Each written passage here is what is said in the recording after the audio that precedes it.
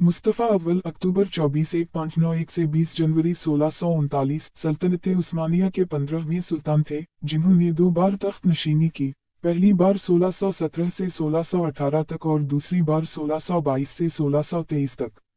इनकी जिंदगी, तख्त नशीनी और हुक्मरानी के दोनों अदवार सल्तनत उस्मानिया की तारीफ के पेचीदा और गैर मुस्तहकम दौर की अक्कासी करते हैं। उनकी ज़हनी हालत, गैर मामूली तख्त नशीनी और सियासी बुहरानों ने इन्हें उस्मानी तारीफ में एक मुनफरिद मकाम अता किया। मुस्तफ़ा अव्वल 1591 में मानीसा में पैदा हुए।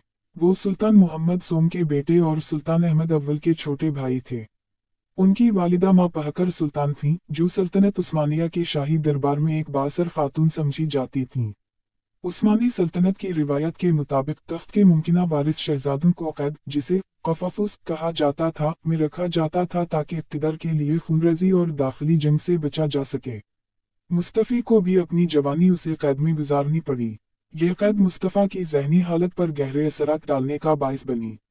मुसलसल तन्हाई और दबाव ने उनकी ज़हनी सेहत को मुतासिर किया, जिसकी वजह से वो बाद में हुकूमती उमूर संभालने के काबिल नहीं रहे। 1617 में सुल्तान अहमद अव्वल की वफ़ात के बाद तख्त के जानशीन का मामला दरबार में इख्तिलाफ का बाइस बना। उस वक्त सुल्तान अहमद के बेटे उस्मान और मुराद कम उम्र थे, जिसकी वजह से दरबारियों ने रिवायत से हटकर मुस्तफ़ी अव्वल को तख्त पर बिठाया। मुस्तफ़ा की तख्त नशीनी उस्मानी तारीफ का एक गैर मामूली वाक़या था, क्योंकि इससे पहले हमेशा किसी सुल्तान के बेटे को ही तख्त नशीन किया जाता था। ताहम मुस्तफ़ी की ज़हनी हालत गैर मुस्तहकम थी और वो हुकूमती मामलात में कोई दिलचस्पी नहीं लेते थे। उनके दूर हुकूमत में दरबार के अमरा और वज़रा ही तमाम इख्तियारात संभाले हुए थे। मुस्तफ़ा अक्सर अजीब वाओ गरीब हरकतें करते, जैसे बेमकसद अहकामात जारी करना या बाज़ औक़ात खुद को मुकम्मल तौर पर अवाम और दरबार से अलग थलग कर लेना। उनकी गैर मुअस्सर क़यादत के बाइस सल्तनत के मामलात बदइंतज़ामी का शिकार हो गए और सिर्फ 1 साल के अंदर इन्हें मज़ूल कर दिया गया।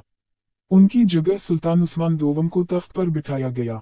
सुल्तान उस्मान दोवम के दूर में इस्लाहात और फौजी तब्दीलियों की कोशिशों ने उनके खिलाफ शदीद मुखालफत पैदा कर दी।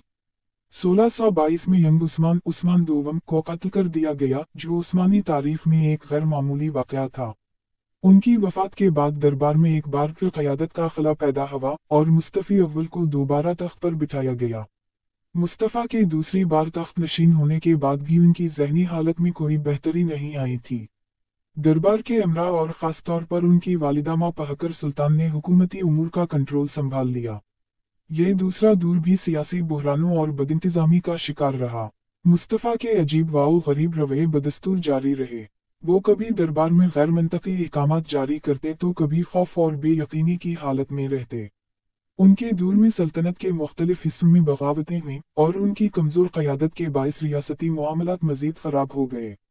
1623 में मुस्तफ़ा अव्वल को उनकी नाक़िस हुक्मरानी के बाइस दोबारा मज़ूल कर दिया गया। उनकी जगह सुल्तान मुराद जहारम को तख्त पर बिठाया गया, जो सुल्तान अहमद अव्वल के बेटे थे। मुस्तफ़ी को मज़ूली के बाद कैद में डाल दिया गया, जहां इन्होंने अपनी ज़िंदगी के बाकी साल गुजारे। मुस्तफ़ा की ज़िंदगी के आखिरी दिन कैद और तन्हाई में गुजरे। वो 20 जनवरी 1639 को इंतकाल कर गए। इन्हें इस्तांबुल में आया सूफिया के करीब दफन किया गया। मुस्तफ़ा अव्वल की ज़हनी सेहत उनकी तमाम ज़िंदगी पर असर अंदाज हुई।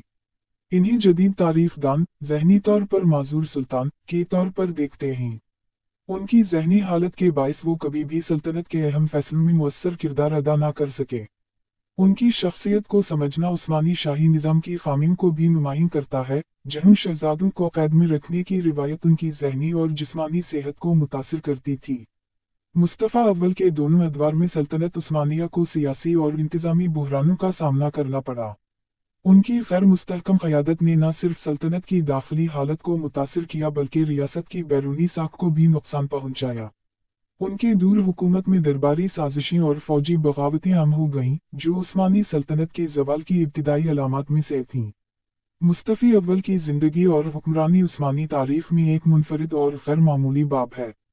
उनकी ज़हनी हालत, गैर रिवायती तख्त नशीनी और नाकाम हुक्मरानी इस दूर की अक्कासी करती है जब सल्तनत उस्मानिया दाखिली बुहरानों और इंतज़ामी मसाइल का शिकार थी।